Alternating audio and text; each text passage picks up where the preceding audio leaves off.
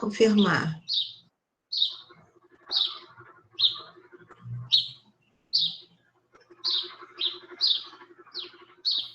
Quiser mandar para o meu e-mail também, eu vou botar aqui. Não sei se tem algum problema aí, né? thais.oliveira@usp.br, Thais sem H.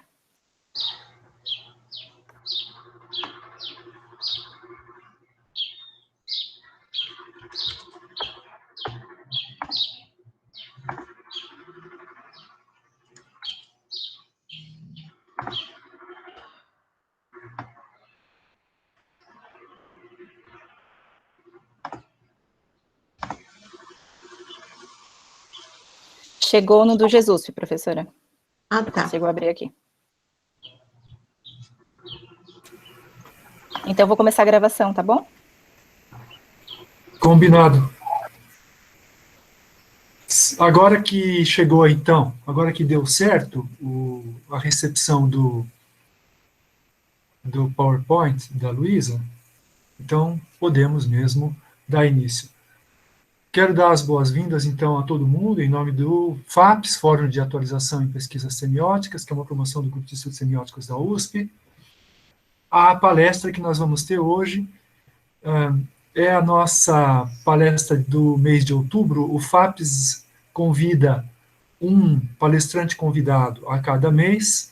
Então, com muita alegria, a gente recebe a Luísa Helena Oliveira da Silva, que é professora da Universidade Federal do Tocantins. Muitos aqui conhecem a Luísa, de todas as maneiras eu dou uma palavrinha. Ela é doutora em letras pela Universidade Federal Fluminense, onde ela foi orientanda da Lúcia Teixeira, que está aqui conosco hoje, nos dando a honra da sua presença e a alegria, juntamente com outros colegas e amigos tão queridos, como o Matheus Schwartzman, a Regina Gomes, a Silvinha, que eu acho que vi a Silvinha aqui com a gente também, o Hernani Terra, que eu estou vendo desde que a gente começou, e a Renata Mancini, e grande elenco. E a Luísa tem feito pesquisas em semiótica, principalmente ligada a objetos literários, ao ensino da leitura e da literatura, de modo geral. Ela é atualmente coordenadora do mestrado profissional em letras da Universidade Federal de Tocantins, e também ela é criadora e coordenadora do GESTO, que é o Grupo de Estudos do Sentido do Tocantins. E, ao mesmo tempo, como se não bastasse, ela é a editora-chefe da revista Entre Letras. Como tinha pouco trabalho para a Luísa, ela também se incumbiu dessa tarefa. E, Luísa, é uma felicidade, então, nós termos hoje você aqui com a gente. O título da palestra da Luísa é Leituras e Escrituras em Tempo de Pandemia. Nós fazemos, assim, normalmente, no FAPS, 1 hora, aproximadamente, de intervenção do palestrante, seguida de uns minutos que a gente deixa para o debate com as pessoas presentes. Hoje a gente está com um público muito bom, e notamos já pelo que as pessoas mesmo já disseram, é um público de pessoas que estão junto conosco a partir de diferentes pontos geográficos, e isso também nos dá muito prazer e muito estímulo para as realizações dos nossos encontros. Então, no meio de toda a dureza e a solidão e dificuldade desses tempos de pandemia, algumas das contrapartidas boas são essas possibilidades de ter reunido as pessoas de diferentes latitudes em discussões que reúnem as pessoas em torno de interesses comuns, e só o fato, hoje em dia, de estarmos juntos ao redor de atividades que são de natureza cultural, científica e ligados a um certo campo do conhecimento, em meio a livros e leituras, já é uma coisa muito significativa para nós, e já é também uma maneira de fazer um ato de resistência em tempos tão duros, tão negativos para o nosso país. Depois, ao final, eu vou reservar um tempinho para falar um pouquinho do calendário dos outros encontros de semiótica que estão muito por perto no calendário. A semana que vem, por exemplo, tem bastante coisa acontecendo. Eu acho que ao final, nós reservamos um momentinho para fazer os lembretes de calendário para as pessoas, tudo bem? Para a gente poder, desde já, passar a palavra para a Luísa Helena. Luísa, é com você. Obrigado, Luísa, pela presença com a gente, obrigado por ter aceitado o convite. Bem, boa tarde a todos e a todas.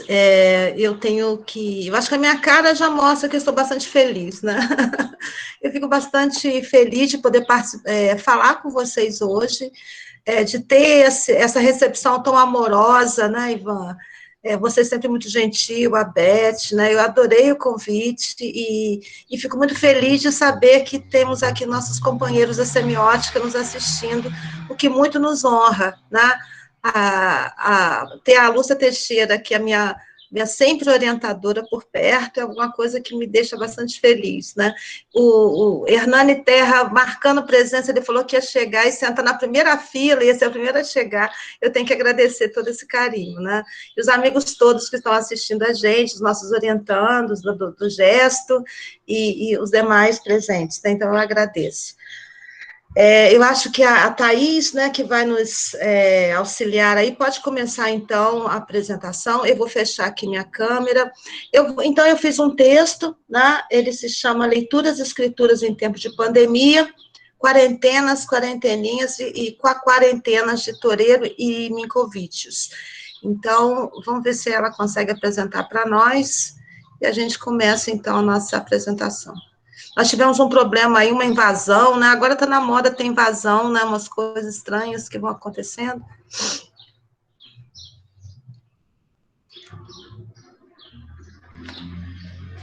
Para mim, não tem autorização para apresentar. Eu estou com um problema técnico aqui, não estou conseguindo projetar. Será que se você autorizar de novo não dá certo? Aqui. Deixa eu ver se eu consigo.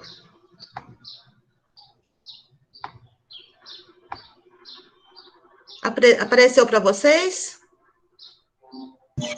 Está aparecendo, professora. Apareceu. Sim, agora, Luísa. Apareceu. Então, aí eu acho que fica mais fácil para mim, né, por aqui. Então, o texto, então, se chama Leituras e Escrituras em Tempos de Pandemia, Quarentenas, Quarenteninhas e Quarentenas de Toreiro e Minkovicius. Bem, eu começo, então, como epígrafe, né, citando, então, Carlos Drummond de Andrade. É um poema conhecido, né, para um fragmento aqui de A Procura da Poesia. Não faça versos sobre acontecimentos. Não há criação nem morte perante a poesia. Diante dela, a vida é um sol estático, não aquece nem ilumina. O canto não é natureza, nem os homens em sociedade. Para ele, chuva e noite, fadiga e esperança nada significam. A poesia, não tire poesia das coisas, elide sujeito e objeto. Carlos Drummond de Andrade. Em Procura da Poesia, Carlos Drummond de Andrade apresenta elementos de sua poética, principiando com o verbo no imperativo. Ai, encostei aqui. Sintetiza já no primeiro verso a sua tese. A poesia não nasce de uma experiência imediata com os acontecimentos, não brota da relação sensível com objetos, o mundo natural, os sujeitos, mas do trabalho posterior, com a palavra mesma, com que se situa no âmbito da linguagem. Diante disso, não se deve, pois, aquele que quer empreender a tarefa da escritura, seguir esse rumo infrutífero. Há que se voltar para uma outra esfera nomeada por ele como reino das palavras, a ser penetrado com o devido respeito e cuidado, mediante os quais se podem finalmente encontrar os poemas que esperam ser escritos. O acontecimento não seria, portanto, bom amigo da poesia e, por extensão, da literatura. Principiamos por esses versos do Drummond, porque nossas pesquisas vão perseguindo justamente as produções que vão na direção contrária àquela indicada pelo mestre. Seriam as que podem ser compreendidas como literatura de testemunho, textos que emergem como traduções da experiência do acontecimento, ou ao menos da sua memória. Seria essa produção lida pelos teóricos como uma boa literatura? Essa questão, particularmente, não nos interessa. O que perseguimos é a compreensão do que se diz no instante da vivência do acontecimento, ou passado efeito impactante de sua aparição, que se produz enquanto perduram seus efeitos sobre aquele que escreve. Que legibilidade, afinal, se produz no e para o acontecimento? No contexto europeu, a escritura do testemunho compreende as produções relacionadas a grandes catástrofes e genocídios, como os que se sucederam no contexto das duas grandes guerras. Em um curso oferecido entre 2013 e 2014, no Collège de France, Compagnon aborda diferentes perspectivas para pensar a relação da literatura com a guerra. Luta com as palavras, com a tradição, entre modelos e correntes, mas também é que, de certo modo, traduz sua vivência na guerra mesma, aquela mais real e menos metafórica. Neste último caso, analisa a ocorrência de produções de natureza fantástica, escrita por sujeitos, muitos deles não tendo antes experiência de escritores, como discute Coquillot, em 2003, na tradução do vivido. Aí estou citando aqui Compagnon, caracterizada tanto pela incompreensão e confusão no campo de batalha, quanto pelo sentimento paradoxal de férias, de festa, de carnaval, experimentado pelo combatente. Fecha aspas. É o combatente sob o fogo inimigo que escreve na vivência do sem-sentido do acontecimento. E escreve, sobretudo, cartas, o que leva a considerar como um butim de guerra as cartas dos inimigos mortos. Nessa direção, perguntamos-nos se é possível ultrapassar os efeitos de devastação do real sobre nós e produzir literatura no momento em que, como brasileiros, estamos sob o impacto de dois acontecimentos que se superpõem. O da crise institucional que fragiliza a democracia, um processo que se inicia com um golpe travestido de impeachment contra Dilma Rousseff, 2015-2016, e se intensifica com a posse de Bolsonaro em 2019. O da pandemia provocada pelo Covid-19 em 2020 e as medidas que dizem respeito ao seu não enfrentamento por parte do governo federal, contando para isso com o apoio de segmentos da sociedade que se alinham ao projeto neoliberal e autoritário em curso.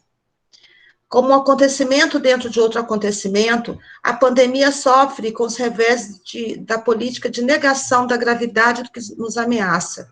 No primeiro momento, deu-se a percepção tônica do acontecimento sentido como tal, com súbitas mudanças no cotidiano que implicaram o enclausuramento de parte da população, medidas drásticas de prevenção, como fechamento de escolas, comércios, igrejas, academias, lockdown, etc.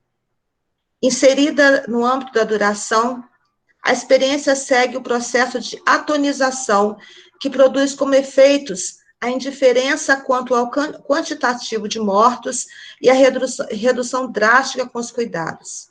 É como se, seguindo uma lógica de orientação mágica e operando sob o modo da negação, ela pudesse ser ignorada na sua gravidade e assim deixasse de ser sentida, não mais existindo como ameaça. O que os olhos não veem, o coração não sente. Aqui tem. A noção de acontecimento necessariamente implica a dimensão do sensível, quando um sujeito se ressente de uma dada configuração da ordem das coisas, que vai desordenar o já sabido, o já experienciado. A novidade intensamente sentida, inclusive por seu caráter de inesperado, aturde o sujeito, subitamente incapaz de poder responder, porque para isso estaria implicado algum afastamento que tornasse possível a mobilização da linguagem e da razão. Passado o instante de torpor, ainda que intensamente afetado, o que se pode dizer? Para a semiótica tensiva, o sujeito que se inscreve no acontecimento é destituído momentaneamente de seu status como tal, passando a condição de não sujeito, aquele que pode apenas sentir, levado pelo turbilhão do fluxo das coisas. Narrar, então, será possível apenas no momento posterior, quando o vivido já se faz memória, e a tonicidade da experiência se desfaz pela introdução da duração, expandindo-se como intensidade. E aí eu estou me remetendo ao Zuckerberg, aí é 2006, e um trabalho que eu escrevi sobre a guerrilha do Araguaia, em 2015. Como testemunhas, deveríamos narrar nosso tempo, respondendo à convocação da memória e da urgência de produção de sentidos. Quem ousa enunciar a resistência, organizar o verbo, pôr em marcha as sílabas em boa métrica e ritmo, instaurar-se como sujeito capaz de enunciar mais que o espanto, mesmo embrenhado no absurdo, sob os efeitos do caos do acontecimento. Buscamos aqui tratar mais especificamente da resistência na literatura, que se insurge como meio de dizer esse tempo, na busca do enfrentamento do aqui e agora, do vivido e no qual se deve enunciar. Os textos que iremos analisar parecem situar-se entre dois polos que parecem implicar a impossibilidade de dar sentido em função da marginalidade do sujeito, o da dor e a do enfado. Eu estou remetendo, então, esses termos marginalidade do sujeito e a oposição entre dor e enfado a termos que estão em interações arriscadas de Eric Landowski. Nesse caso, a dor remete ao acidente, acontecimento e sua tonicidade excessiva, enquanto o enfado corresponde ao estado do sujeito inscrito na regularidade e previsibilidade da extensidade e sua consequente atonia. Bem, o que eu selecionei, então, para analisar, né? Para tratar dessa escritura do acontecimento, selecionamos textos que compõem parte do acervo de leituras a que nos dedicamos nestes tristes meses de 2020. Sequências de crônicas, eu chamei de crônicas, mas eu nem tenho certeza se pode ser definido assim, breves, produzidas por José Roberto Toreiro Fernandes Júnior, agrupadas sob os títulos Quarentenas, Quarenteninhas e Quarentenas, ilustradas por Ivo Minkovics. No momento em que escrevemos, o Toreiro dedicava-se à terceira série, ele terminou a série anteontem. Esses textos encontram-se disponíveis, então, na página do autor no Facebook, tendo sido compartilhadas como registros diários na vida da pandemia, sob diferentes perspectivas. Não nos lembramos de como se deu o nosso encontro com as séries, mas desde a primeira vista, firmamos o propósito de acompanhar suas produções. Como procuramos mostrar, esses relatos que tomam o cotidiano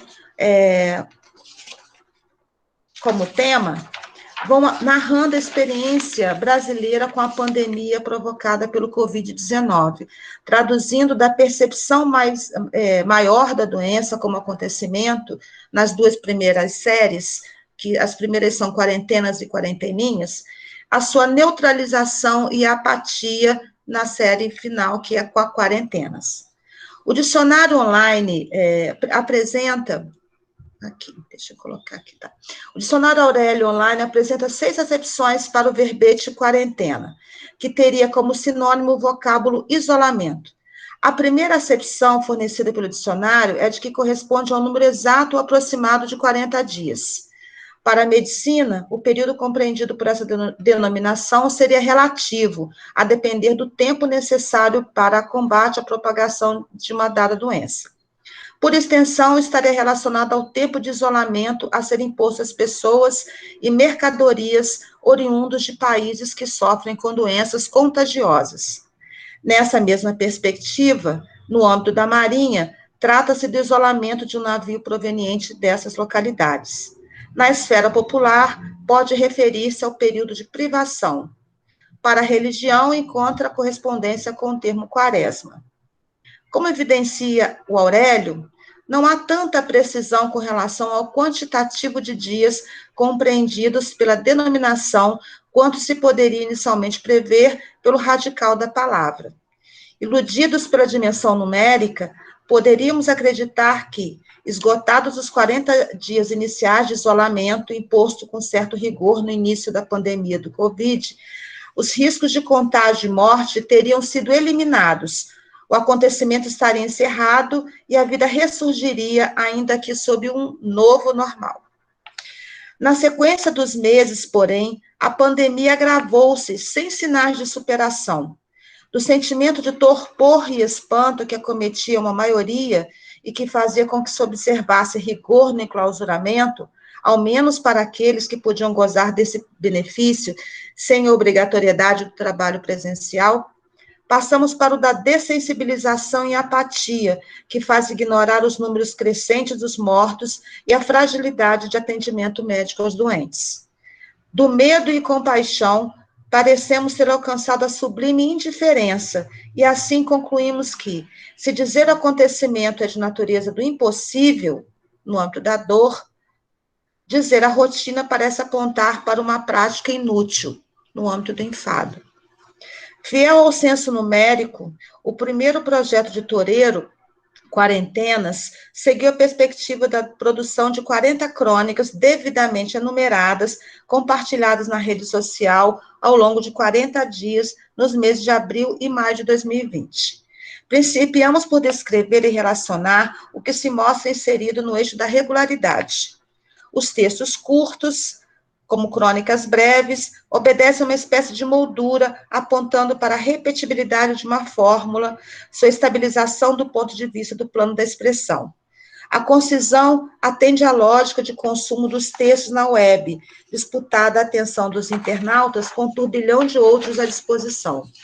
Particularmente no Facebook, os grandes textos são pouco lidos, mesmo quando muito comentados, o que se faz a partir do título, das imagens, da temática, muitas vezes resultando em equívocos que evidenciam a displicência contra a leitura, ou mesmo a má-fé no desrespeito a uma ética de leitura, quando o leitor se porta, entre aspas, como um pequeno soberano, em sua deriva interpretativa.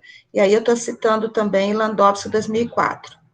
O suporte, portanto, ele vai falar desses termos, né? Pequeno soberano e deriva interpretativa e ética de leitura. O suporte, portanto, constrange a escrita, pressupondo um leitor acelerado e, por isso mesmo, desatento. Para evidenciar essa permanência que caracteriza e particulariza cada série, nós trazemos, então, essas duas primeiras figuras que eu coloquei para vocês aí, né? Figuras 1 e 2. Os textos têm como cenário a metrópole e o narrador se apresenta como sujeito que, dotado de um telescópio, pudesse espiar por dentro dos prédios o que acontece com outros, subitamente subtraídos de seu anonimato de elemento indistinto na multidão, toda ela trancafiada pela imposição do confinamento, correspondendo à primeira fase da percepção da pandemia. Então, essa ideia de alguém que está com um telescópio espiando os outros é a fala do próprio autor, né, numa das postagens. Em Quarentenas, 40, a última da primeira série, Toreiro figurativiza-se narrador que encerraria naquele momento o projeto, cumprida a missão a que fiel se dedicara.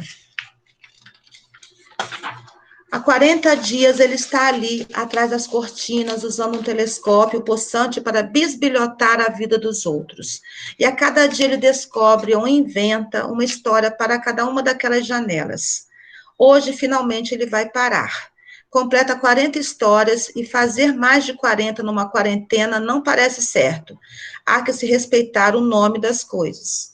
Ele desmonta o telescópio lentamente, guarda-o com cuidado na caixa e diz para si mesmo que por um bom tempo não quer mais saber dessa tal de Covid-19. Mas aí tosse.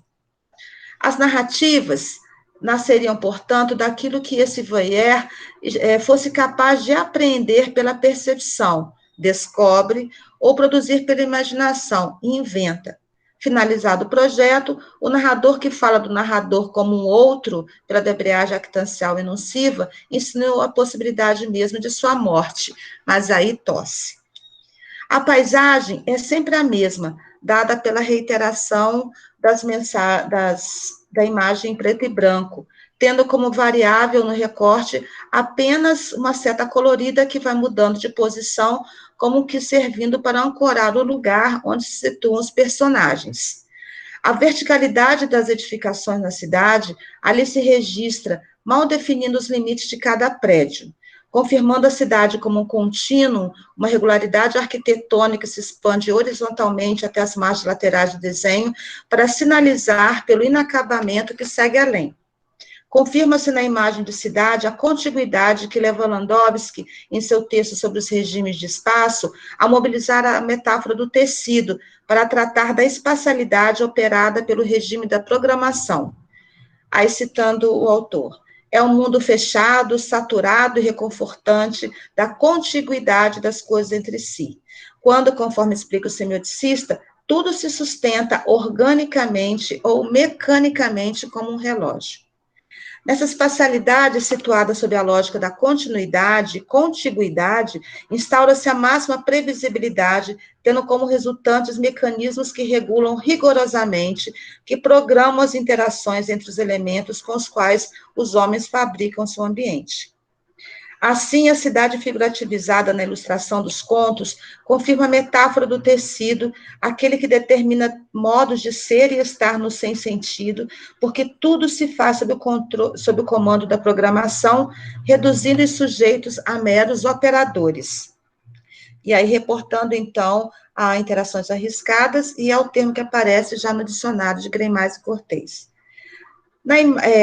Na margem superior, quando se anuncia o espaço em branco, desenha-se do alto dos prédios as antenas, essas que tornam possível a comunicação incessante, o burburinho de vozes, o cruzamento de textos, o excesso que parece impedir a emergência de qualquer singularidade, impossibilitando toda escuta e efetivo diálogo. A seta que se sobrepõe como uma espécie de rasura é o que quebra a monotonia das formas e cores, servindo para situar o leitor no espaço mais circunscrito, onde se desenrolam os acontecimentos trazidos pela narrativa breve.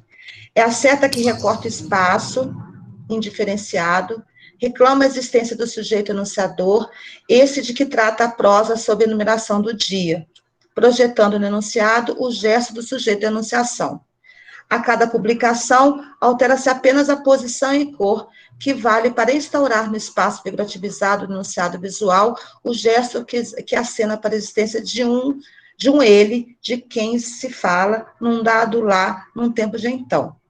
O acontecimento, então, registrado como olhar para fora, em busca da percepção do que o outro sente e sofre. Na figura 1, deixa eu voltar aqui. Na figura 1, que é a que está à esquerda, a cor é a laranja, inclinação que a distingue da predominância dos sentidos impostos pela reiteração conferida pelo alinhamento dos prédios visuais. Sinaliza ainda, em registro quase imperceptível, o ponto no espaço, aquele para o qual se deve olhar para compreender onde se encontra aquele de que se fala, no caso, então, em questão, o Flávio. Na figura 2, que é o que está à direita, a transformação que confirma a narrativa se desenvolvendo também na sequência de imagens, se dá pela mudança de cor e posição da seta como enunciação enunciada. Esta agora é maior e na cor vermelha, apontando no enunciado visual para o lugar que ocuparia no espaço aquele sobre o qual se fala, né, no texto verbal, o André da Silva, vulgo Dedé Xing Ling, empresário da área de exportação que quer retornar para a China, de onde partira no início da pandemia. Selecionamos para análise o texto Quarentena 34, que traz a história do Flávio.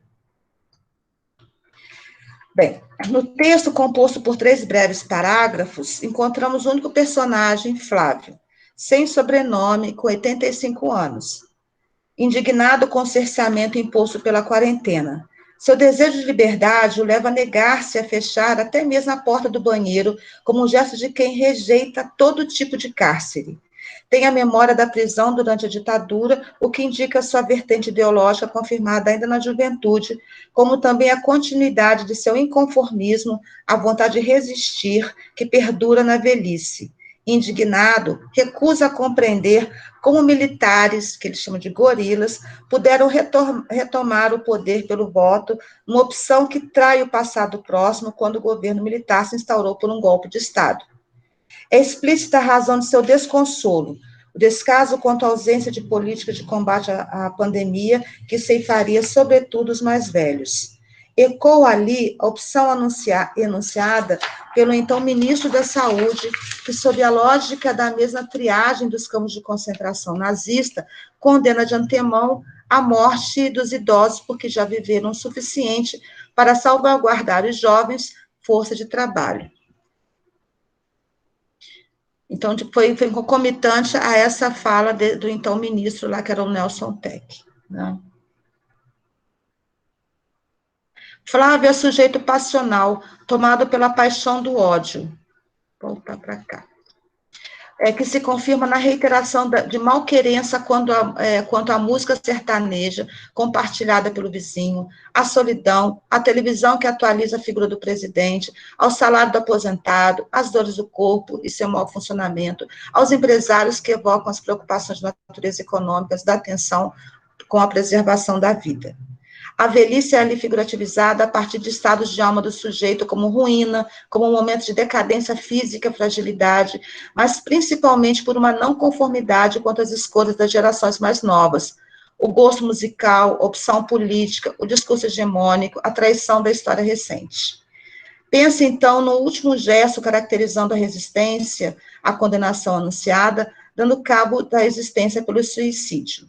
Pular do primeiro andar, contudo, não garantiria o sucesso pretendido, o que aponta para a negação da ruptura pretendida e, portanto, para o estado inalterado de estado de alma do sujeito.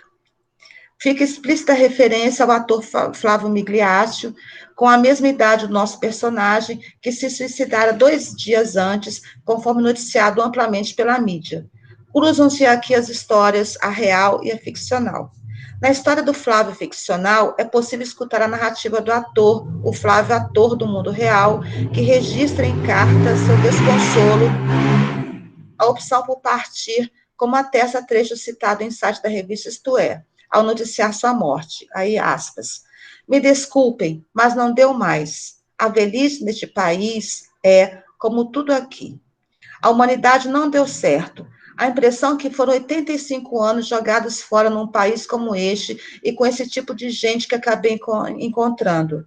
Cuide das crianças de hoje, fecham aspas. O Flávio Real, ator, né, do mundo real, encontra o caminho da ruptura, fugindo à condenação da programação da metrópole e seus efeitos da ditadura, eleita como solução para o país. No balanço do que viveu, conclui que foi grande tempo jogado fora, o que o faz decidir por abreviar a duração. O Flávio ficcional não encontra saída, nem tem esperança, ainda que em pequenos gestos registre a não conformidade. Bem, aí eu passo, então, para a série seguinte aqui, né? Inicialmente, órfãos pela finalização da primeira série, os leitores reencontram em junho de 2020 no Facebook uma nova proposta de Toreiro e Igor Minkovicius, que é o Quarenteninhas. Do ponto de vista do gênero e seu formato, a fórmula se mantém, mas o título com emprego diminutivo cria um neologismo que vai denunciar a instauração de personagens crianças que sempre em diálogo com os pais, quase sempre em diálogo com os pais e situados numa cena doméstica. Trata-se de uma proposta mais delicada, de abordagem de temas complexos, tendo em vista a possível inclusão de universos de novos leitores, o público infantil. Não sei se eu coloquei, está aqui. Bem, para ilustração, então dá para a gente ver aqui as duas que eu coloquei, né? A mudança da cor e o dedo que vai apontando ali, né? Para ilustração, o gesto é capaz de criar uma nova percepção para a retomada da mesma cidade da série anterior. O fundo branco ganha as cores fortes, que se modificam a cada dia, o que contribui para traduzir as transformações da narrativa pela expressão visual. Do mesmo modo, multiplicam-se as cores nas janelas dos prédios, fazendo com que se veja uma cidade mais iluminada e, portanto, mais eufórica como representação. A seta, então, se faz um braço alongado, como um dedo indicador, apontando para precisar na imagem o espaço ocupado pelo personagem da narrativa. Como enunciação enunciada, os traços dessa mão que se introduz no desenho da metrópole lembram um gesto comum de criança de apontar o dedo para precisar aquilo de que se fala. Desse modo, a seta mais impessoal da série Quarentenas agora ganha a presença metonímica de um corpo em quarenteninhas. Nos textos, dos dois textos Quarenteninhas, esse 36 e o 30, encontramos o tema da morte. No primeiro, o menino Diego corre para os braços do pai, que regressa do hospital depois de uma internação que durara 20 dias. A falta é sentida pelo menino como longa demora, intensificada pelo medo de que o pai pudesse não se recuperar. Pensei que você ia morrer. A cena feliz do reencontro e seu diálogo é registrada pela mãe em vídeo a ser compartilhada na internet, tendo sucesso explicitado pelos milhões de visualizações. A imagem feliz, no entanto, é interrompida pelo narrador ao trazer a nova informação. O pai de Gustavo, amigo de Diego e residente no mesmo prédio, falecera. O falecimento é, então, a ausência de imagens. Nunca mais foi visto pelo mundo inteiro. Uma desaparição súbita que não pode ser registrada. Aí o texto vai citar, né? A dor da gente não dá likes no YouTube. Fecha aspas. Se a alegria pode ser efusivamente compartilhada, o luto é solitariamente sentido. Pela gravidade dos riscos implicados pela contaminação, não há corpo a velar, não há rituais de sepultamento, só a lacuna da partida repentina. Nessa frase final da narrativa, ecoa o verso de uma canção de Chico. A dor da gente não sai no jornal, agora atualizada com as novas práticas de produção e consumo de notícias.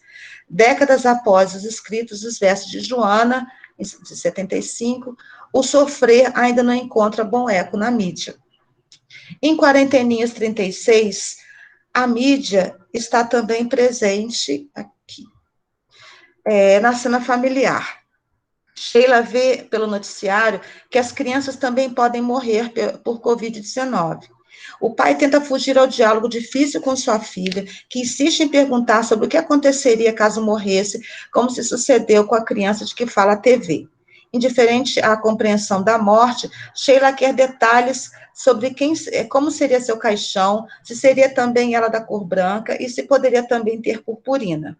Nessa crônica, o olhar infantil dribla a percepção do sofrimento quando a morte lhe parece como uma festa. Pelos recursos da cor, da nomeação dos atores e emprego diminutivo, os textos quebram a regularidade da cidade tecido, como registro de uma escuta mais amorosa.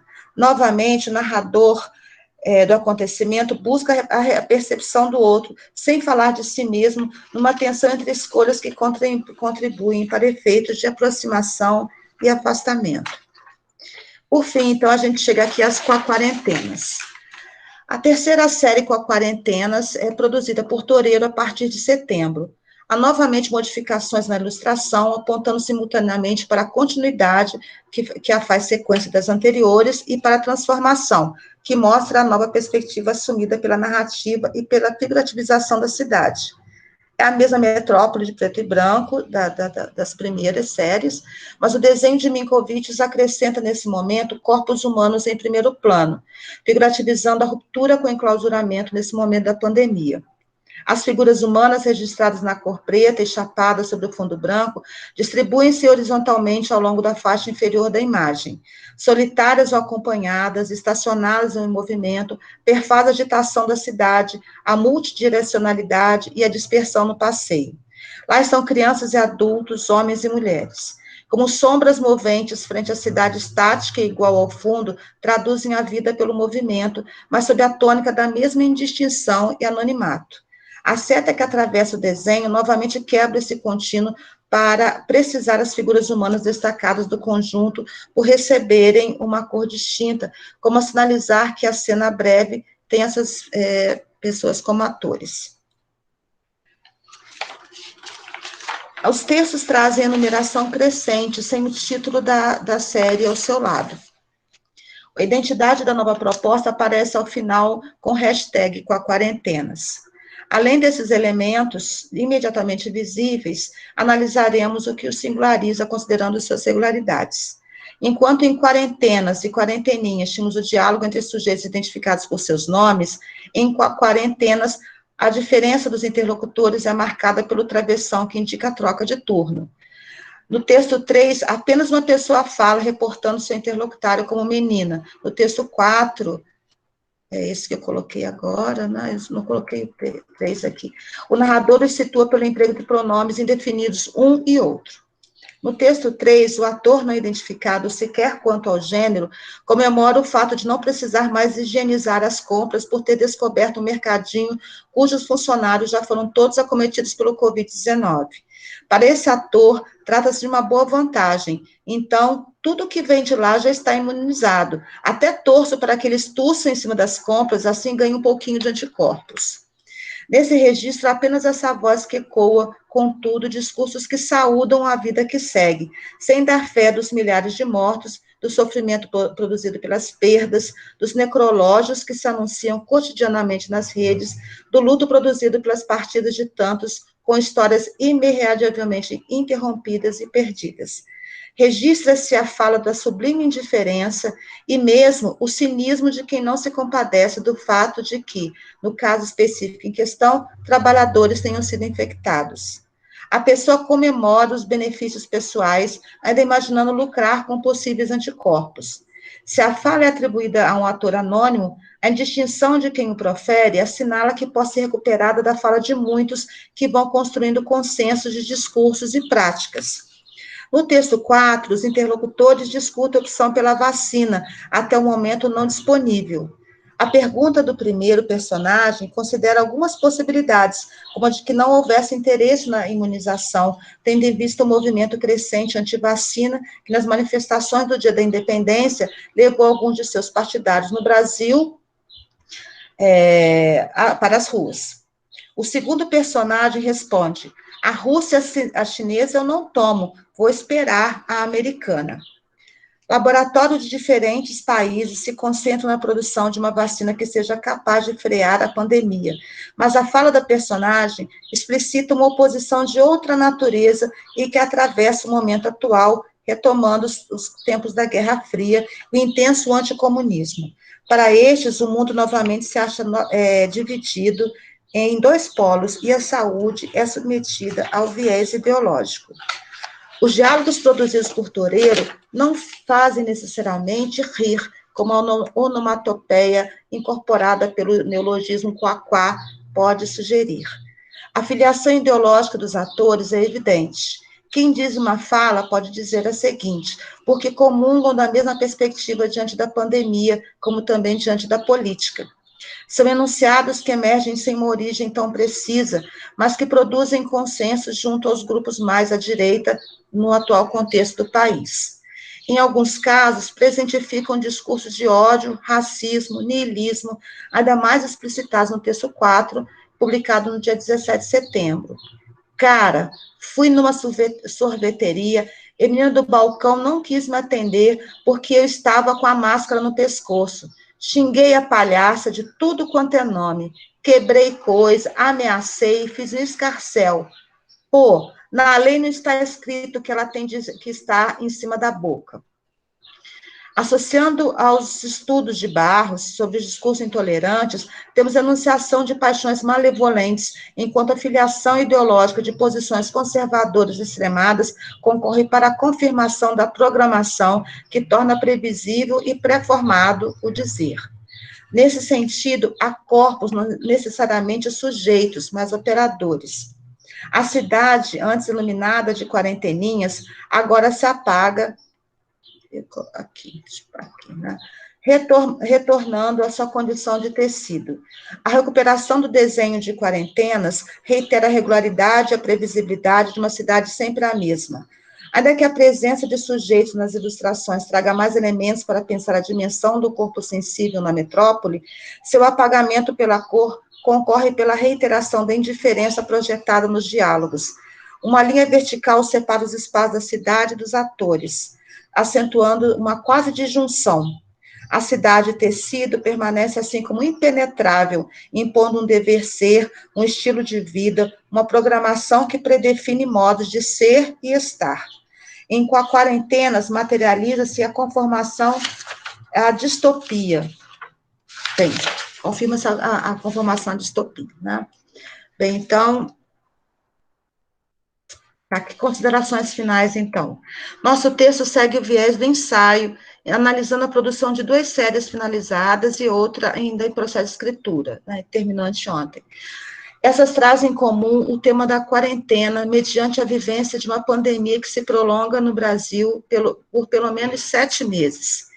Na sucessão dos textos, vemos, mediante as falas dos atores nas cenas descritas, as transformações da percepção do país, do que se compreende como acontecimento. Ficção e realidade aí se imbricam.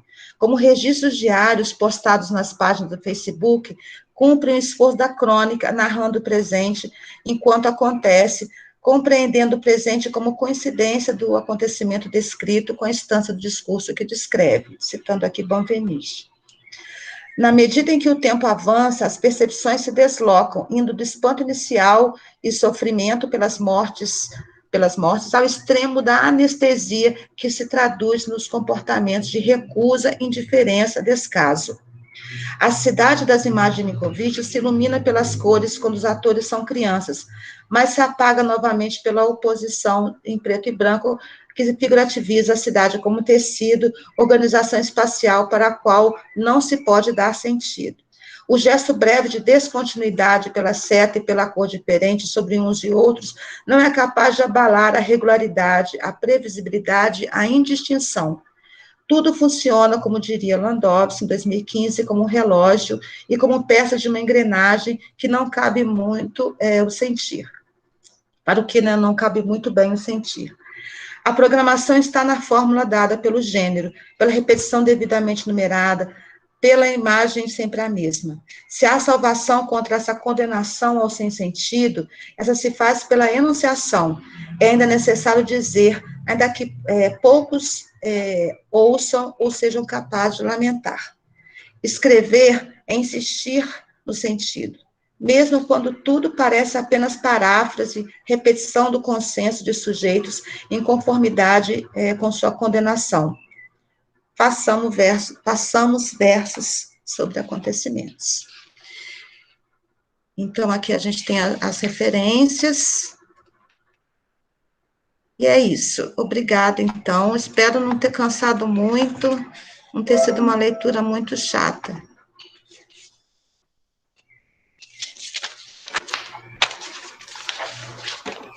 Muito obrigado, Luísa. Nós não nos cansamos e não foi uma leitura chata. E nós gostamos de descobrir, ao mesmo tempo, os objetos que você nos trouxe. Eu preciso confessar que não conhecia esse material do Toreiro e do... Como é mesmo o nome do ilustrador? Eu falo Minkovicius, não sei se é assim que fala, né? Mas ele é um grande ilustrador de outros livros, o Toreiro também é autor de livros, eles são autores de livros infantis, é bem bacana o trabalho deles. Eles têm outras coisas, né? Eu fiquei fã dos dois. Eu sou amiga do Facebook. É uma beleza mesmo, uma beleza de trabalho, muito... Enfim, dá vontade de descobrir mais deles. E, ao mesmo tempo, mas não foi só isso, a gente gostou de escutar o que você estava dizendo a respeito desses objetos. E eu tenho... tem uma porção de comentários que as pessoas foram fazendo no chat, à medida que você estava falando, Luísa. Eu acho que você não tinha muito como ficar vendo isso, mas as pessoas puseram uma porção de reações aqui, várias pessoas aqui. Bom, eu posso dizer que as pessoas reagiram com sancionamentos muito positivos. E eu queria dizer agora que a gente abre para as pessoas poderem fazer alguma pergunta, algum comentário, alguma crítica, alguma observação que queiram, a partir do que nós ouvimos a Luísa. Então, a palavra fica aberta a partir de agora. Se alguém quiser, pode ligar seu microfone no momento em que quiser falar, né? Depois desliga de novo, a gente pede para não dar o problema de saturação da conexão.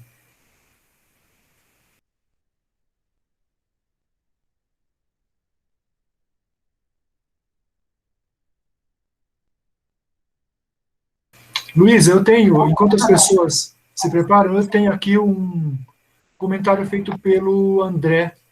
O André Souza comentou, já tem uns 15 minutinhos aí que ele fez um comentário assim: essa leitura semiótica sobre o texto pode auxiliar bastante o desenvolvimento de práticas de leitura e escrita para a educação básica.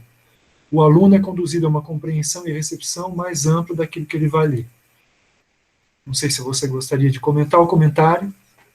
É legal, é porque o André, ele é aluno do Prof. Letras de Marabá, né, da Unifespa, né? E aí, nós no Prof. Letras temos uma preocupação enorme com a aplicação, né, da didatização, né? E aí é legal o André ter gostado, então. Porque lá em Marabá não tem semioticista. De vez em quando eu converso com o pessoal da Unifespa. Ah, por enquanto, você quer dizer? Por enquanto não tem, mas eu fico fazendo lá. Daqui a pouco nós temos alguns estudantes lá, né, de Marabá, que estudam com a gente aqui. Daqui a pouco a gente vai ter um polo de semiótica em Marabá. O Manuel fez uma pergunta aqui, né, ele está falando assim, né, o ponto de vista em que está situado a seta ou prédio destacado indica alteração do ponto de vista a partir do lugar em que se encontra o sujeito? Mudança de prédio, mudança de opinião, visão? Então, Manuel, basicamente, no começo, na quarentena, havia um pouco maior de pluralidade, de histórias e tal. Nessa última, que é com a quarentenas, eu não consegui curtir nada rindo. Todo mundo vai lá porque é para rir, né? A proposta é do riso, mas eu não consigo rir porque são falas que estão dentro da mesma formação discursiva, ideológica, e então muda a seta, mas a fala é a mesma. Quem diz uma coisa pode dizer outras, né? Por isso que eu falo lá que é uma programação, né? Parece que assim, todo mundo vai seguindo uma lógica que não se produz sentido, compra-se sentido pronto, né? Como, por exemplo, assim, alguém vai e fala que não se deve tomar vacina porque a vacina é comunista. Isso se espalha, né? E as pessoas estão repetindo esse absurdo, né?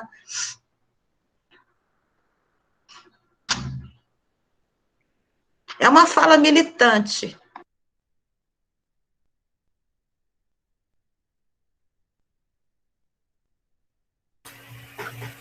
Muito bem, eu não sei se alguma outra pessoa se alguém estava querendo ligar o microfone para falar.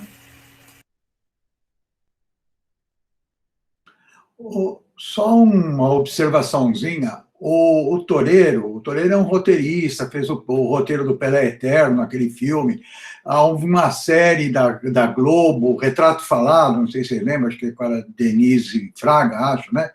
Ele era o roteirista. Mas o mais interessante é que o Toreiro foi aluno da FEFELESH.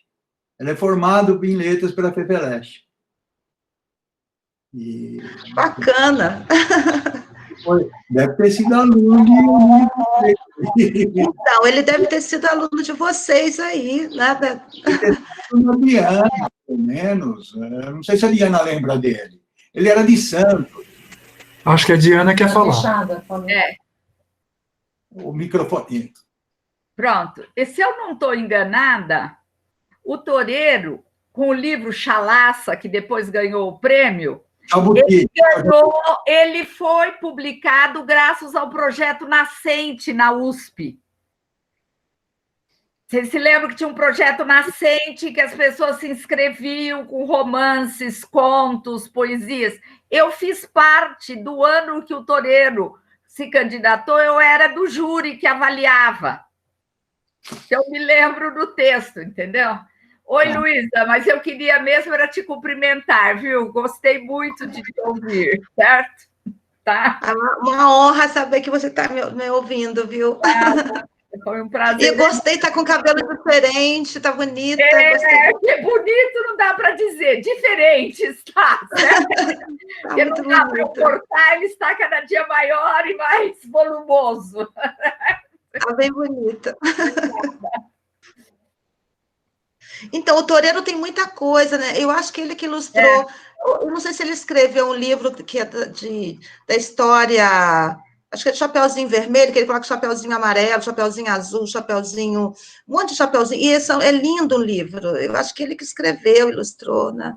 Isso aqui é muito bacana, né? E eu sou fã dele no Facebook. São as coisas boas da internet. Não tem dúvida, Luiz, isso é verdade. E, aliás, eu já quero ir dizendo para todo mundo que está aqui conosco que fiquem de olho, porque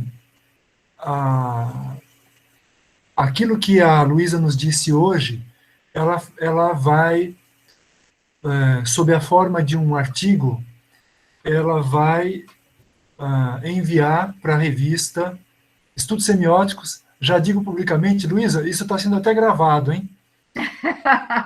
Vai vendo. E nós publicaremos ainda no primeiro semestre de 2021. Assim todo mundo vai poder ler.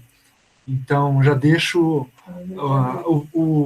a avant-première para todo mundo que está aqui com a gente, porque tenho certeza que essa impressão que a própria Diana acaba de dizer é a mesma das pessoas. Bom, mas se a Diana disse que ela gostou, não precisa mais. Sancionamento positivo.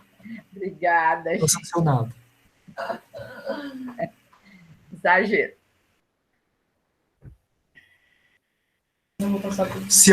Não sei se alguma outra pessoa gostaria de perguntar alguma coisa ou fazer alguma observação, porque eu tenho algumas coisinhas que eu gostaria ainda de dizer para todo mundo já ter uma ideia de algumas coisas que muito em breve vão acontecer, de coisas interessantes, me parece que para todos nós, também ligadas às coisas de semiótica, que devem acontecer a partir da próxima semana.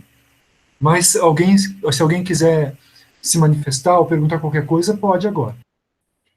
Posso falar uma coisinha a mais? Claro.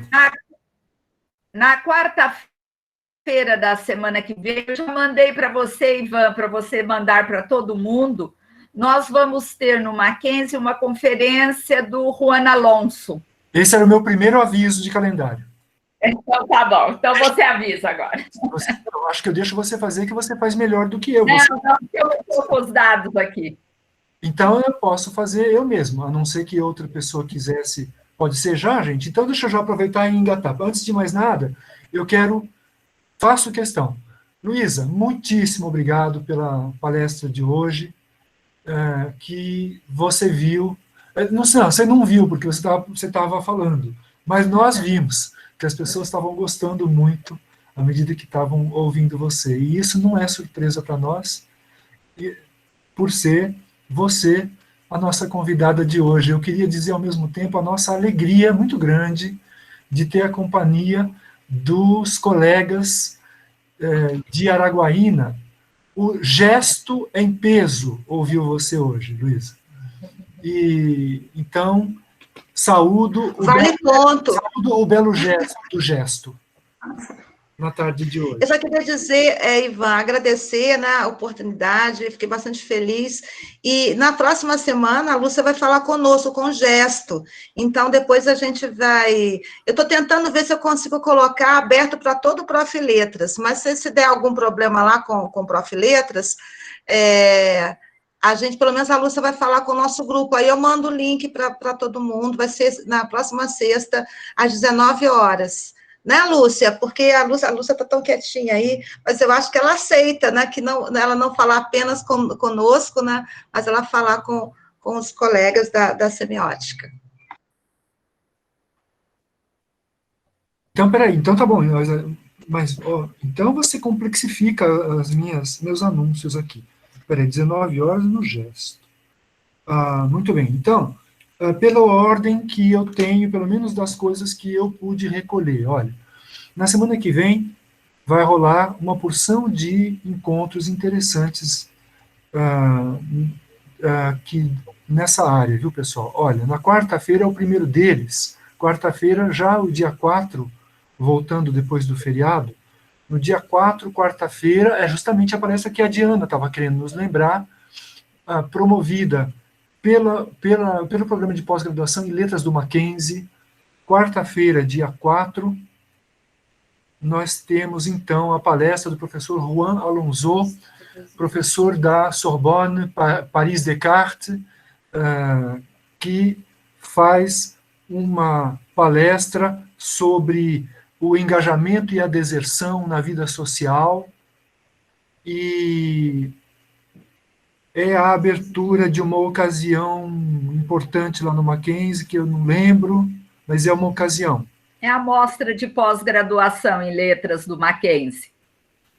Mostra da pós-graduação em letras da Universidade Mackenzie, e isso é na quarta-feira, dia 4, às 13h30, certo, Diana? É isso, né? 13 A fala do Juan Alonso é esse horário. Ele vai falar em espanhol. E ele vai falar em espanhol. Felizmente, ele não vai falar em basco, que ele poderia escolher também. Mas, então, em espanhol, tem a palestra do professor Juan Alonso, é de interesse para todos nós. No dia seguinte, quinta-feira, dia 11, a nossa colega, nossa queridíssima e amada professora Lúcia Teixeira, ela vai conceder uma entrevista, não é uma palestra exatamente, é uma entrevista às 14 horas da quinta-feira, dia 5, no curso de extensão sobre texto da Universidade Federal do Rio de Janeiro, e que tem a promoção da nossa não menos amada Regina Gomes. Não sei se a Regina está aqui com a gente. Tá. Se não estiver, não é menos amada. Então, a Regina promove isso. Eu não sei, Regina, se você quisesse dar os detalhes sobre essa participação da Lúcia na quinta-feira, dia 5, você tem isso, Regina, aí? Tá em mãos essas informações? Não sei. Regina, você me ouve? Oi, ouço. Posso falar? Pode. A gente, como uma ação, né, do projeto de pesquisa, leitura de textos, contribuições da semiótica, nós temos um grupo, né, um projeto de aplicação, né, da semiótica, de relação da semiótica com o ensino. Então, entre as ações tem um ciclo de entrevistas, e a gente pretende fazer, convidar uma pessoa por mês para participar desse ciclo, né? E a Lúcia vai ser entrevistada, então, no dia 5, às 14 horas, já está o link para a transmissão, vai ser feita uma transmissão ao vivo, via YouTube, no canal do projeto. Aí o link eu posso deixar aqui no chat, o link para... Por favor, Regina. Sim, porque nos interessa. Tá bom, então é isso. Aí nós teremos o privilégio, né, de contar com a Lúcia como uma das entrevistadas do ciclo do nosso ciclo. Eu vou colocar aqui, então, no chat, assim que eu conseguir.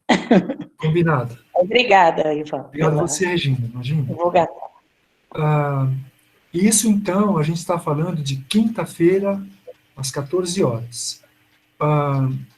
Mas ainda tem mais programação interessante na próxima semana ainda. Olha, na sexta-feira, dia 6, a Mariana Luz tem uma palestra sobre os memes. Tem uma interrogação sobre haveria sentido nos memes, e isso é a Mariana Luz, na sexta-feira, dia 6, às 14 horas. Em algum canal, que eu não sei qual é. Mas se vocês acham que procurarem, eu acho que está no chat, perdão por interromper, mas está no chat o form para a Eliane Soares de Lima colocou para inscrição, tá? E o link para a entrevista com a Lúcia, a Regina está pondo no chat agora. Pronto, muito melhor assim, obrigado, Beth. Então, isso eu estou falando da intervenção da Mariana Luz, na sexta-feira, dia 6, às 14 horas, mas nesse mesmo dia, ainda não acabou. Nesse mesmo dia, logo mais, às 19 horas, tem, então, para todos nós, tem a fala da Lúcia Teixeira no Gesto, no grupo de estudos do sentido de Tocantins, e, né, com a promoção da Luísa. Então, palestra da Lúcia. No dia 16 de novembro, tem uma palestra da Diana, que eu vou deixar a Diana anunciar para nós. É dia 16 ou é 17? Ah, não, tem 16. Eu acho que é 16, estou enganado, será? Não. De qual que você está falando? Da Regina. Ah, então é 16. Então deixa a Regina falar, que ela sabe mais do que eu.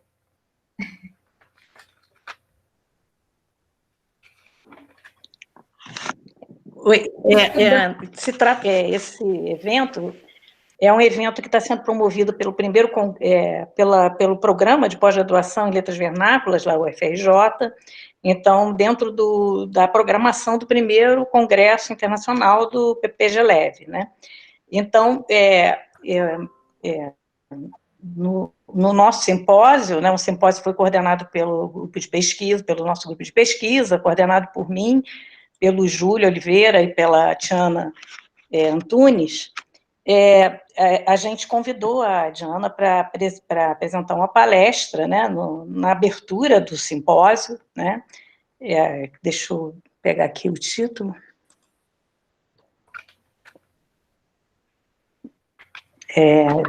Espera aí, que eu não gravo o título de nada, gente, nem dos meus trabalhos. Espera só um instantinho. Eu acho, Regina, que... Não, acho que a Eliane tem as informações, ela está colocando no chat. Ah, tá. Semiótica e mentira, algumas já subiu aqui no chat. Né? E para participar da atividade, basta se inscrever como ouvinte no congresso, que os ouvintes podem participar das atividades nos simpósios. Então, além da palestra da Diana, a gente tem a participação de outras pessoas que se inscreveram no simpósio, com trabalhos muito interessantes também. Então, convido vocês a participarem, né, do evento e estar com a gente no simpósio, participando dos debates.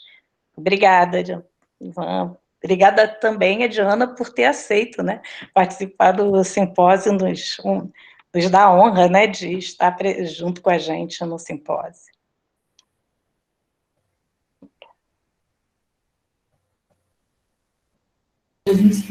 Muito bem, está ótimo, Regina. Obrigado por trazer todo o detalhe das informações.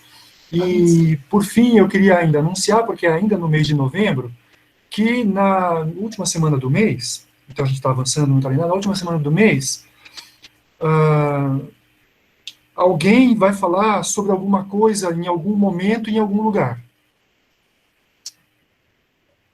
Eu acho que é... Renata Mancini vai dar um curso. E tem o Hernan Paul. Ampol...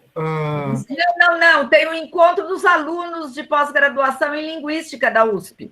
O encontro dos alunos da pós-graduação em Linguística da USP... na última semana de novembro, semana de 23. Última semana de novembro, isso. Mesma semana do curso.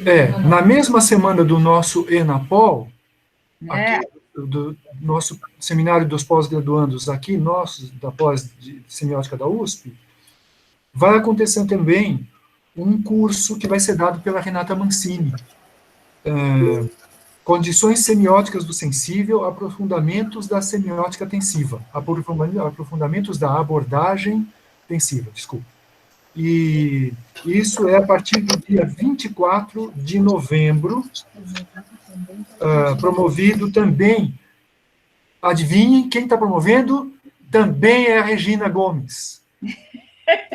Então, definitivamente, ninguém pega a Regina nesse mês de novembro, que está promovendo os principais encontros. É simples, resumindo, falem com a Regina, porque em novembro a Regina promove todas as mais,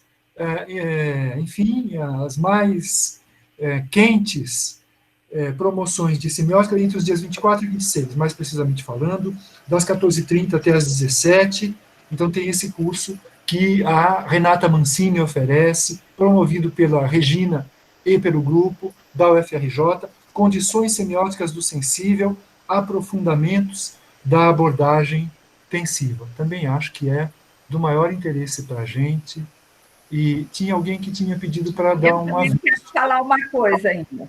Pode falar, faz favor.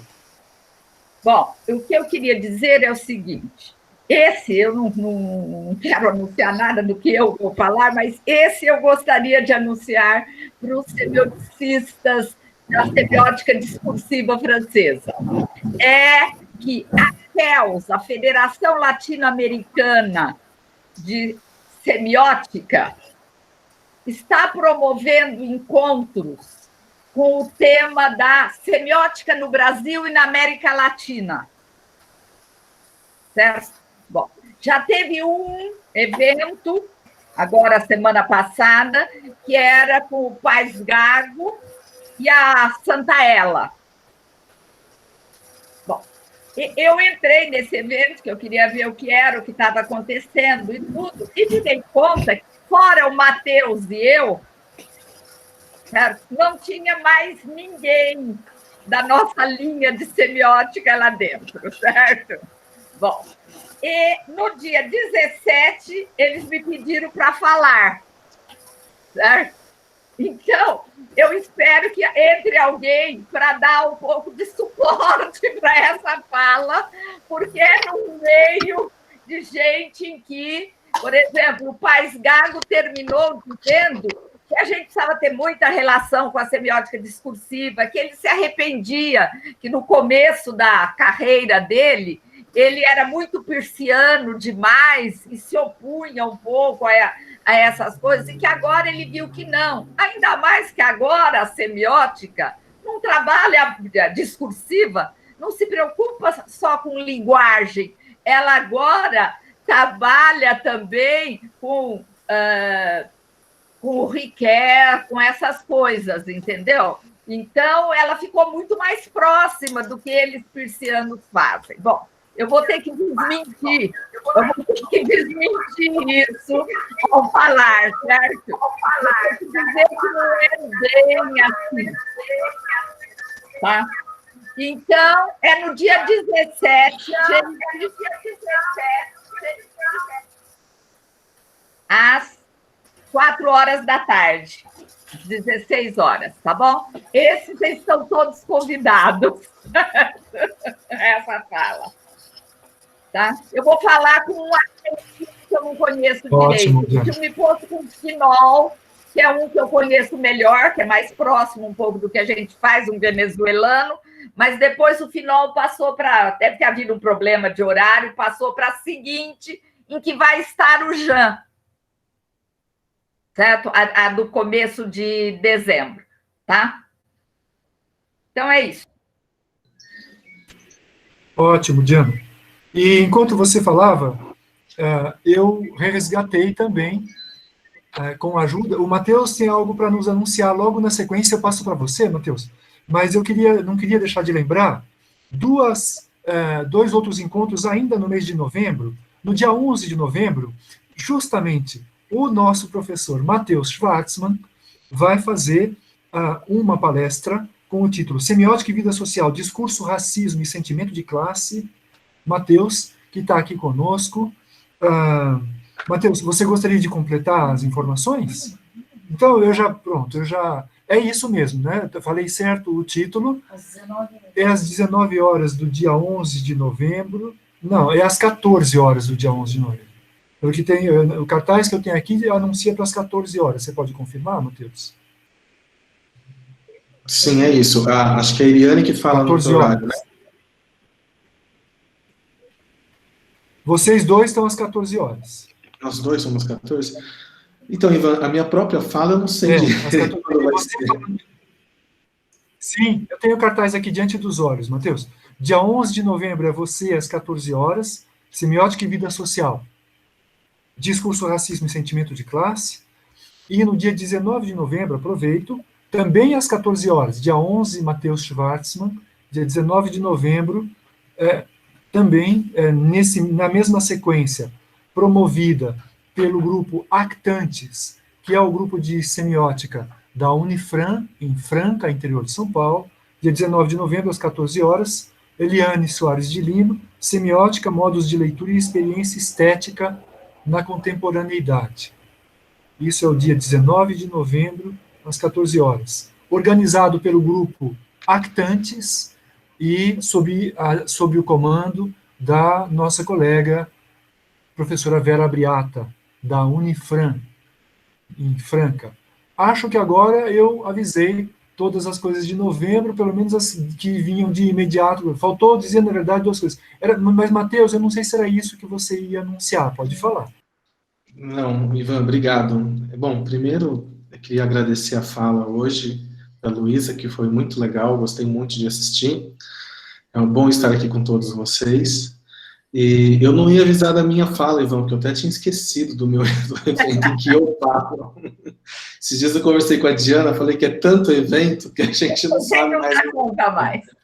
Mas o que eu ia anunciar é o evento que a gente está organizando na agenda do Seminário de Semiótica, do grupo da Unesp de Araraquara, e que agora em novembro também nós temos, no dia 19, coincidentemente, agora eu estou entendendo que vai bater o mesmo dia, uma pena que isso vai acontecer, a Juliana Di Fiore Pondian, nossa colega aí, formada na USP, vai falar sobre da letra ao livro, uma abordagem grafemática, no âmbito das nossas atividades do Seminário de Semiótica, e a nossa colega Maria Júlia Dondeiro vai falar sobre os discursos sincréticos no dia 26 de novembro. Então, a gente vai começar logo essa divulgação novamente, a gente sempre manda um e-mail no começo do mês. Diga, Diana. Que horário é? Às 14h30. Eu não sei, eu não posso prometer que a gente mude o horário da Juliana, porque está agendado há muito tempo, agora que eu vi que bateu com o da... É que a nossa programação já tinha sido feita no início do ano, né? Mas, enfim, é uma pena que vai bater, a gente vai ter que dividir as forças da semiótica aí. O público nós temos, né? Porque os eventos nossos têm tido aí mais de 100, 200 pessoas frequentemente, né? Essas palestras grandes. Então, só é uma pena que a gente não possa estar junto em todas. E eu retomo a fala da Diana sobre esse evento que a FELSP está organizando, junto com os grupos do Brasil. Eu tenho anunciado uma agenda semiótica a partir da ABS, eu mando para o mailing list que eu tenho da ABS, e aí eu peço para que os colegas, quando receberem o mailing list da ABS com a agenda, repassem para os grupos de pesquisa. Né? Então, eu estava lá com a Diana aquele dia, foi realmente, eu sei que está gravando aqui, mas não é um problema dizer isso, a própria Lúcia Santaella disse que quem faz semiótica discursiva no Brasil, em São Paulo, é o grupo da PUC, da Sociossemiótica, né, coordenado pela Ana Cláudia. Não é mentira, mas também não é verdade completa, porque ela acabou não citando, pelo menos em São Paulo, né, toda uma história da semiótica que não começa na PUC. Então, realmente é importante que vocês estejam acompanhando esses eventos, especialmente agora quando a Diana estará lá, porque eu estava como convidado, a Diana também, a gente não ia colocar essa questão. A gente não ia falar assim, mas e o outro grupo? Mas vocês, alunos, né, nossos alunos que estão em formação, tem mais liberdade para fazer uma pergunta ou outra dessa natureza.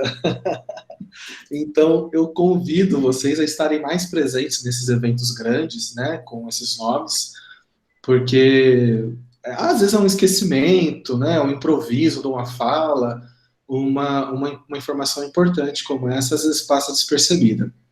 Então, fiquem atentos aos e-mails da ABS. A ABS está pouco ativa, isso é verdade, só tem mandado os e-mails, mas os e-mails estão reunindo aquilo que está acontecendo de semiótica que nos chega.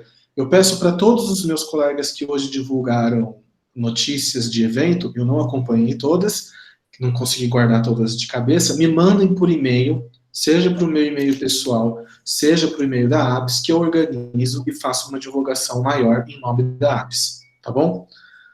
Fica esse recado para vocês. Tudo que acontecer de semiótica, greimasiana ou não, que vocês estiverem sabendo, mandem para mim que eu amplio a divulgação. É muito importante que a gente faça isso nesse momento. Muito obrigado pelo espaço. Obrigado a você, Matheus. Então, a gente já pôde tomar nota dessas informações. Agradeço também ao Renan, que lembrou de encontros também, Patrícia Moreira, que estão aqui com a gente e nos foram pondo aqui no chat, a Mariana ajudou a lembrar essas informações. Então, com tudo isso, a gente vai podendo ter... Vocês estão vendo que nós temos uma rica agenda de encontros, né? Enfim, tédio, aborrecimento não será problema, ou enfado não será problema para os semioticistas durante o mês de novembro. Então, Ivan? Sim, pode falar. Valdir, quer falar? Já faz tempo, hein? Desculpa, pode falar. O Ivan deve ser meu inimigo, não sei. Não sei direito quem é essa pessoa. Bom, não, eu só queria fazer o seguinte lembrete. Bom, primeiro, Luísa, brigadíssimo pela tua fala. Eu me lembro de você quando você começou a fazer os seus trabalhos no programa, e é sempre uma alegria ver vocês, Mariana, todo mundo, Matheus, ocupando os espaços aí institucionais nas universidades. É claro, as pessoas já mais do meu tempo, Lúcia, Renata, etc. Mas, enfim, é sempre bom ver vocês, enfim, levando a semiótica aí para esses rincões do Brasil super importantes. Mas a minha observação seria a seguinte, um pouco pegando carona na fala da Diana. Diana, eu fiquei sabendo desse evento da Lúcia Santaella, mas acontece que nós estamos num momento de tanta colocação na USP, webinários daqui, progressão funcional dali, eleição de diretor daqui, enfim, realmente não deu para assistir, eu anotei aqui para ver se eu vou poder ver gravação, nem sei se eles gravaram ou não, mas eu queria, sobretudo, avisar que às quintas-feiras eu tenho curso de pós-graduação, então, por exemplo, um evento que vai acontecer, que o Ivan anunciou, vai ser numa quinta-feira às 14 horas. Eu não tenho mais como liberar meus alunos, porque eu não tenho mais número de dias suficientes para poder completar o curso. Eu estou com a matéria toda atrasada, porque também já semana passada o Broden veio, claro, a gente tem que prestigiar, tem que estar ouvindo a palestra dele, um grande pesquisador, um super amigo e tal. Então, se caso a gente não aparece em alguns eventos anunciados, não é por falta de vontade ou por desinteresse, não. É que a gente está realmente entupido de webinários, né? Sobretudo nessa situação de pandemia na USP, discussões sobre retorno às aulas, progressão funcional, eleição de diretoria, eleição de comissões estatutárias, enfim, está uma parafernália muito grande de exigências, por isso, às vezes, não dá tempo de a gente poder acompanhar. Então, seria mais uma espécie de justificativa antecipada para tudo que for ocorrer às quintas-feiras, pelo menos, não me vai ser possível de acompanhar. Era isso que eu queria dizer. Obrigado. Obrigado, Valdir. Foi bom ter trazido o lembrete. Não sei, acho que agora nós já percorremos, né, o que precisava percorrer, assim, de avisos a respeito do calendário, da agenda próxima. De fato, muita coisa acontecendo na área, e acaba meio sendo inevitável algum encavalamento dos horários. E isso, a pandemia trouxe um pouco também essa questão ali onde ela não estava colocada anteriormente. Por fim, lembro que a próxima palestra do FAPES, Fórum de Atualização e Pesquisas Semióticas, vai acontecer no dia 4 de dezembro, é a palestra de novembro. Como não tinha calendário em novembro, porque justamente tem Enapol e muitas coisas acontecendo no final do mês, nós transferimos para uma semana mais tarde, para não dar choque de horários, e vai ser, então, no dia 4 de dezembro, com a nossa colega, a professora Ivani Viotti, do Departamento de Linguística da USP, que acho que a Thais já havia colocado o link aqui na lateral, Vou colocar novamente, às 14 horas, mesmo horário do nosso depois de hoje. Isso, a Thais acabou de pôr, ela foi mais rápida ainda na reação.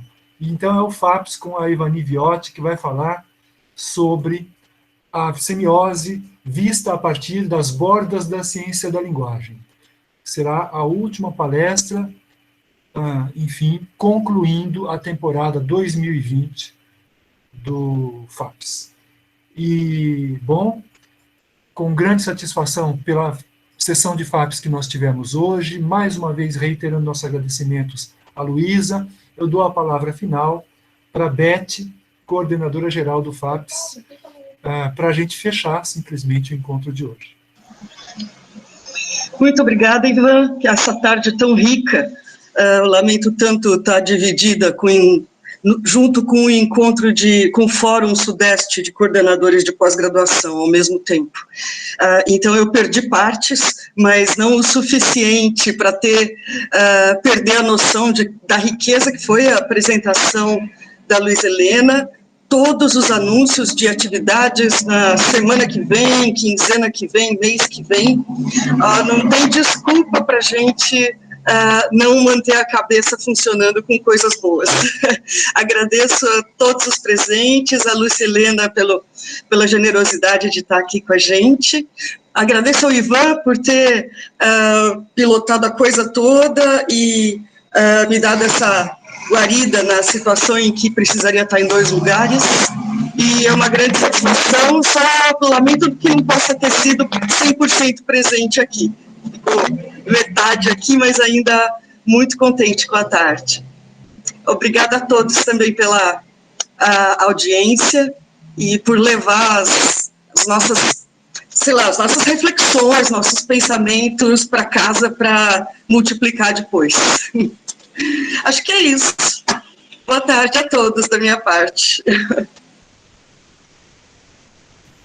Boa tarde, gente. Até a próxima. Obrigado. Obrigado a todos pela presença. Obrigado, gente.